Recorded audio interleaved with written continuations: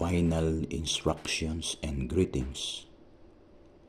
We beg you, our friends, to pay proper respect to those who walk among you, who guide and instruct you in the Christian's life.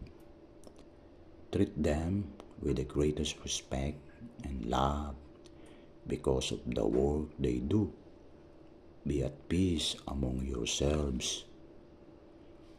We argue, our friends, to warn the idle, encourage the timid, help the weak, be patient with everyone.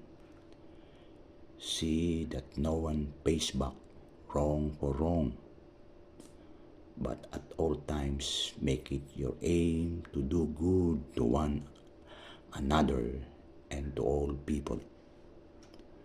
Be joyful always, pray at all times, be thankful in all circumstances. This is what God wants from you in your life in union with Christ Jesus.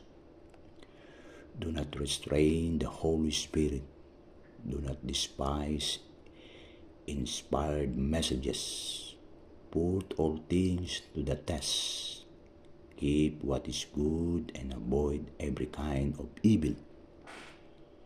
May the God who gives us peace make you holy in every way and keep your whole being, spirit, soul, and body free from every fault at the coming of our Lord Jesus Christ.